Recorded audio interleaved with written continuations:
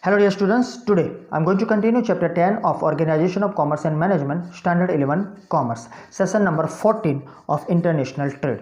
Today I will continue export procedure. Next different points are there, but already we completed 9 different points of the export procedure, and it is differently than the different countries. So whatever the discussions was there, right, related to this type of the exported, that is for the India. It is not for the whole world, right? Her country में अपने हिसाब से ये procedure होती है, not only the export but also the import procedure too. So ये भी उनके हिसाब से होता है, उसमें भी हमने 9 अलग अलग पॉइंट्स देखे थे, लेकिन यहाँ पर थोड़ा एक्सपैंडेड व्यू में आपको दिया है. तो आगे चलते हैं और नेक्स्ट पॉइंट देखते हैं. हमारी जो भी एक्सपोर्ट प्रोसीजर है उसके आगे जो हमने देखा पिछले सेशंस में, वहाँ हमने देखा एक्साइज ड्यूटी का पेमेंट होना चाहिए, फिर पैकिंग एंड मार्किंग होना चाहिए और उसका इंश्योरेंस होना चाहिए. तो उसको आगे ले जाते हैं. अब चलते हैं हम नेक्स्ट पर, ऑब्टेनिंग कार्टिंग ऑर्डर. ये ऑर्डर हमें, जो कार्टिंग ऑर्डर है, ये हमें किसी से लेना पड़ेगा. कौन देगा ये carting order, right? Let's see carting order क्या है. पहले तो carting order means permission of boarding goods on the ship. तो जो भी गुड्स है उसे हमें शिप में चढ़ाना है, that is the particular boarding. तो बोर्डिंग का मतलब ये है उसको वहाँ हमें ले जाना है. अच्छा, तो आप जो गुड्स ले गए तो वो शिप पर गया नहीं अभी तक, इतनी प्रोसीजर हो गई. तो अभी तो आपने एक फर्स्ट राउंड ही कंप्लीट किया है. देखो ये कार्टिंग ऑर्डर कैसे मिलता है. इससे क्या होगा, the exporter has to make an application to the port. आपने तो गुड्स जो भी बेचना है एक्सपोर्टर ने, वो तो एक शिपिंग कंपनी के साथ कॉन्ट्रैक्ट हुआ है ना, और इंपोर्टर को भेजना है. यहाँ पोर्ट तो था ही नहीं, तो आपको पोर्ट को एक एप्लीकेशन देनी पड़ेगी, राइट? तो पोर्ट अथॉरिटी जो भी है, मोस्टली पोर्ट अथॉरिटी जो होती है वो गवर्नमेंट के अंडर में होती है, राइट? सेंट्रल गवर्नमेंट और स्टेट गवर्नमेंट दोनों साथ में मिलके ये पोर्ट अथॉरिटी का काम करते हैं. तो ये जो पोर्ट अथॉरिटी है उसको आपको एक एप्लीकेशन देनी पड़ेगी कि क्या होगा उसमें, where the goods are to be exported in order to obtain the carting order. तो कहाँ से ये गुड्स एक्सपोर्ट हो रहे हैं उसके लिए है आपको ये सर्टिफिकेट लेने के लिए बताना पड़ेगा. तो ऐसा क्यों बताना पड़े, तो उनको तो मालूम होना चाहिए गुड्स कहाँ से आए हैं, वो कहाँ से एक्चुअली एक्सपोर्ट हो रहे हैं. कई बार ऐसा भी होता है री एक्सपोर्ट होते हैं, राइट? इंपोर्टेड गुड्स को हम एक्सपोर्ट करते हैं, whatever the things are there, but उनको ये बताना पड़ता है. तो ये शिपिंग कंपनी जो है हमारी तरफ से सब काम कर लेती है, लेकिन थोड़े बहुत डॉक्यूमेंट्स प्रेजेंट करने पड़ते हैं, राइट? तो मैंने बोला आगे कि where the goods are to be exported in order to obtain carting order.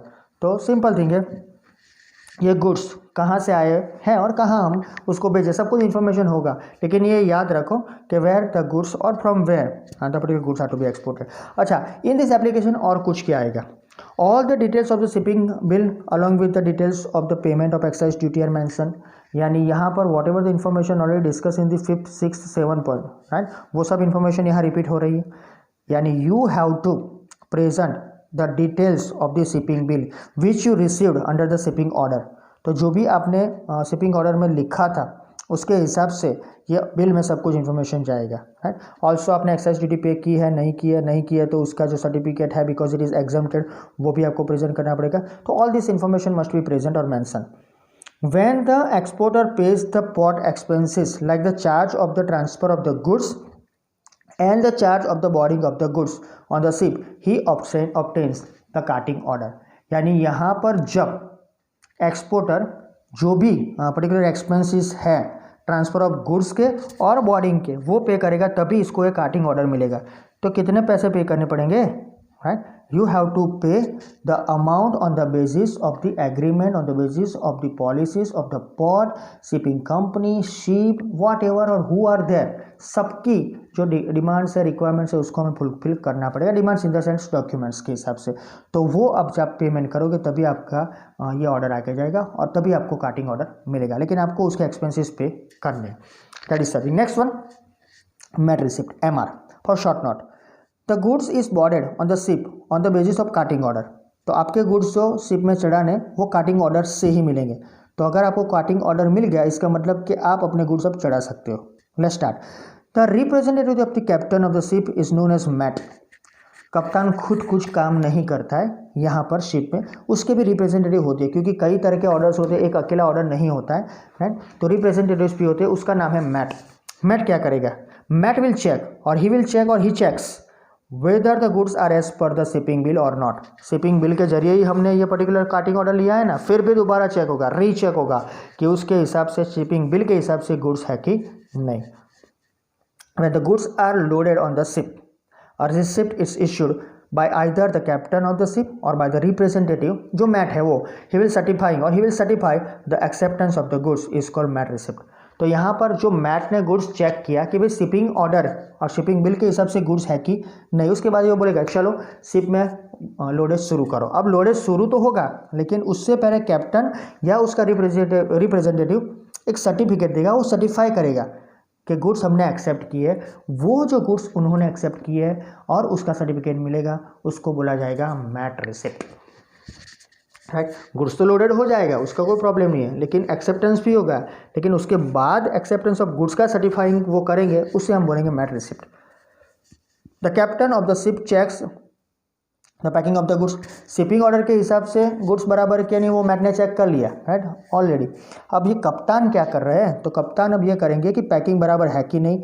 अगर कप्तान को लगेगा, if the captain finds the packing improper and the goods are not suitable for the transportation, it is remarked in the receipt and such particular remarked receipt is known और is known as the foul receipt. तो ये तो problem होगा ना। अच्छा ठीक है, अब ये क्या होगा और कब होगा, ये मिस्टेक कहाँ से आया ना, 8 नंबर के पॉइंट से, packing and marking of the goods. अगर वो सही तरीके से वहाँ जिसने भी वो काम किया है इंटरनेशनल ट्रेड में, वो नेसेसरी है ना, तो वो रिस्पॉन्सिबिलिटी जिसकी थी, राइट, उन्होंने वो काम प्रॉपर नहीं किया है, तो यहाँ वो दिख जाएगा कैप्टन को, और कैप्टन चेक करेगा और उसके हिसाब से उसको अगर इम्प्रॉपर लगा तो वो सिंपली गुड्स को ट्रांसपोर्टेशन में सूटेबल नहीं है, ऐसा एक पर्टिकुलरली मार्क लिख देगा और रिमार्क लिखेगा, तो उस रिमार्क को बोलते हैं हम फाउल रिसिप्ट। और if all the matters are proper, सही में जा रहा है सब कुछ, then clean receipt is issued, that is आपने कहा चुप खुश है, एवरीथिंग इज गुड, है तो जवाब दो, that is clean receipt. But if the mate receipt is foul, it means that the goods which have been loaded on the ship are not properly packed as specified in the order।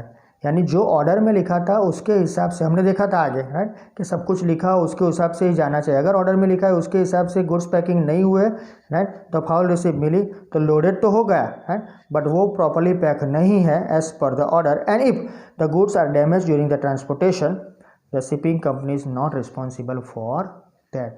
तो आपको ये याद रखना है कि अगर goods सही मायने में क्लियर है तो जाने देते, अगर नहीं है तो उसको रीचेक जब करेगी तब उसको देख लेना चाहिए कि पैकिंग बराबर है कि नहीं, क्योंकि अब ट्रांसपोर्ट कंपनी जो है, शिपिंग कंपनी, वो रिस्पॉन्सिबिलिटी नहीं लेगी कि कैसे ये पर्टिकुलरली गुड्स जाएंगे। डैमेज होगा तो रिस्पॉन्सिबिलिटी किसकी होगी, पर्टिकुलर एक्सपोर्टर की होगी, क्योंकि यहाँ फॉर रिसिप्ट इश्यू हुई है, right. So that is the thing. आगे देखते हैं next point 12, obtaining bill of lending. ये तो उससे भी बहुत आगे निकल गए हम, वो भी बहुत इंपॉर्टेंट है। यानी मैट रिसिप्ट तो चलो मिल गया ऊपर वाला, लेकिन अभी और भी कुछ मंजिल काटनी है। Let's see. Mate receipt is a receipt of goods loaded on the ship. जो आपने गुड्स लोडेड कर दी है उसकी एक रिसिप्ट आपको मिल गई, फॉल हो या क्लीन हो, वॉट एवर और which ever. It is not agreement of transporting the goods. तो यहाँ ट्रांसपोर्टिंग कंपनी आपके गुड्स आगे ले जाएगी, वो तो सही है, लेकिन ये एग्रीमेंट नहीं है। यहाँ क्या होगा, the exporter obtains the bill of lading from shipping company after producing the mate receipt to the shipping company. तो हमें तो अब क्या है, कप्तान ने मैट रिसिप्ट दी है, तो वो मैट रिसिप्ट एक्सपोर्टर किसको देगा, शिपिंग कंपनी को, राइट। अब शिपिंग कंपनी किसकी है, वो किसी और की है, पोर्ट भी किसी और चला रहा है, दैट मीन्स पोर्ट अथॉरिटी कोई और है। तो सबको मिला के आपको सही मायने में डॉक्यूमेंट सही रखने पड़ेंगे, otherwise you will not get the different of the things और whatever the particular time period is at that time, your goods will not reach on that place, right. So bill of lading आपको generally shipping company देखा, right. ये याद रखना, कौन सा bill कौन दे रहा है, कौन सा बिल कौन ले रहा है, ये सब कुछ ध्यान में रखना है। यहाँ एक्सपोर्टर ये बिल ऑफ लेडिंग लेगा शिपिंग कंपनी से, right, simply after producing the mate receipt to the shipping company. उनको मैट रिसिप्ट बताएगा भी हमारे गुड्स चढ़ गए, वो लोडेड हो चुके हैं, बॉर्डेड हो चुके हैं, अब उसको रवाना करना है, तो हमें ये बिल ऑफ लेडिंग दो। तो बिल ऑफ लेडिंग क्या है, तो bill of lending is an agreement between the shipping company and the exporter. तो दोनों के बीच एक पॉलिसी तय हुई, एक एग्रीमेंट तय, कॉन्ट्रैक्ट तय हुआ है, that by which the shipping company gives assurance to the transport the goods from one port to another. तो यहाँ अब शिपिंग कंपनी रिस्पॉन्सिबिलिटी लेती है, we will take the goods और we will take the responsibility of your goods, right, and we will give assurance that particular goods, right, हमारे तरफ से transport हो गए वन पोर्ट से अनदर। उसके हिसाब से ये इन्फॉर्मेशन बिल ऑफ लीडिंग में लिखी जाएगी। क्या होगा इसमें? Details like name of the exporter, name of the ship, freight, details of the goods, quantity of the goods, price, weight, name of the exporting port, terms condition of transportation etcetera are describe in this agreement. तो ये जो bill of leading का agreement हुआ दोनों के बीच, right, we can say between the exporter and the shipping company, उसमें ये सब इन्फॉर्मेशन रहेगी। ये पहली बार नहीं है, ऐसी कई इन्फॉर्मेशन आपने आगे भी देख ली है। तो एक्सपोर्टर का नाम और उसका सब कुछ इन्फॉर्मेशन होना चाहिए, क्या भाड़ा है उसका, फ्रेट क्या है, कौन से गुड्स है, क्वांटिटी क्या है, उसके रुपीज़ क्या है, टोटल मनी में क्या कन्वर्ट होता है, उसका वेट क्या है, सब कुछ, राइट, कौन से पोर्ट से चल रहा है, कहाँ उतरेगा, राइट, ये सब इन्फॉर्मेशन बिल ऑफ लीडिंग है। मोस्टली कहाँ उतरेगा इसकी इन्फॉर्मेशन हम यहाँ नहीं देते, इंपोर्टर की कोई इन्फॉर्मेशन यहाँ नहीं होती है, लेकिन ये एक इंपॉर्टेंट डॉक्यूमेंट है। Bill of leading is an important document. तो उसके हिसाब से उसकी 3 कॉपी बनेगी। 3 copies are prepaid, 1 copy remain with shipping company obviously, other 2 copies यानी the remaining 2 copies are send to the exporter, out of which the exporter sends 1 copy to the importer. वो अपने हिसाब से उसको भेज देगा, कुरियर करे, मेल करे, वॉट एवर, राइट, उसके पास वो कॉपी मिल जाएगी। क्यों वो इम्पोर्टेंट है? Because the importer receives goods on the basis of this copy. Simple thing कि जब इंपोर्टर के पोर्ट पर गुड्स उतरेंगे, जो उसने डिमांड किया है और जो कंट्री में गुड्स आएगा, वहाँ उसके गुड्स जो भी है वो अनलोड करने, हमने यहाँ से बॉर्डर कर दिया, लोड कर लिया, वहाँ अनलोड करने उसको। तो जब ये इंपोर्टर जो कॉपी, क्योंकि शिपिंग कंपनी के पास एक कॉपी है, एक कॉपी एक्सपोर्टर के पास है, उसने 2 ली थी, एक उसके पास है एक्सपोर्टर के पास और दूसरा वाला वो इंपोर्टर को देगा, उसी कॉपी के हिसाब से वो अपने गुड्स को अपने पोर्ट पर लोड करने से, मीन्स अनलोड करने से नहीं रोक सकते। क्योंकि सिंपल है ना, अगर उसके पास कॉपी है तो आपको देना ही पड़ेगा, उसीलिए तो उसको भेजा है। So that is the thing. So we can say this 3 points are also important like the other points. अभी भी 4 पॉइंट बाकी है, राइट। ये गुड्स कहाँ से आए, उसका ओरिजिन क्या है, कंज्यूमर इनवॉइस है, राइट। और बिल ऑफ लीडिंग की इन्फॉर्मेशन तो मैंने आपको दी थी, शायद कि इसकी डिस्कशन हम बाद में करेंगे, ऐसा मैंने बोला था। इंपोर्ट ट्रेड में, मीन्स इंपोर्ट प्रोसीजर में जब हम सेलिंग करते थे इंपोर्टिंग का, और मीन्स सिंपल कि जब हम गुड्स इंपोर्ट करते हैं और जब हमें यहाँ से कुछ भेजना है तो हम एक्सपोर्ट प्रोसीजर में भी सेम टाइप की प्रोसीजर फॉलो करते हैं। हम अब इंपोर्टर नहीं, हम एक्सपोर्टर है। तो ये सब घुमा फिरा के ऐसा ही होता है कि सब कहीं ना कहीं ठीक हो जाता है, लेकिन उस टाइम पे भी हमने सिर्फ इन्फॉर्मेशन ली थी, यहाँ पर डिटेल दिया है। That's all, that is the point. आगे है 4 पॉइंट। ओरिजिन, वो भी आपको इन्फॉर्मेशन में दी थी कि रिपीट होगा, और उसका डिटेल नहीं था, यहाँ डिटेल मिलेगा। उसके बाद कंज्यूमर इनवॉइस है, और डॉक्यूमेंट्स के हिसाब से जो DADP है पेमेंट, वो भी इन्फॉर्मेशन आएगी। So I will start that 4 points in next session. So आज के लिए इतना ही। Thank you very much.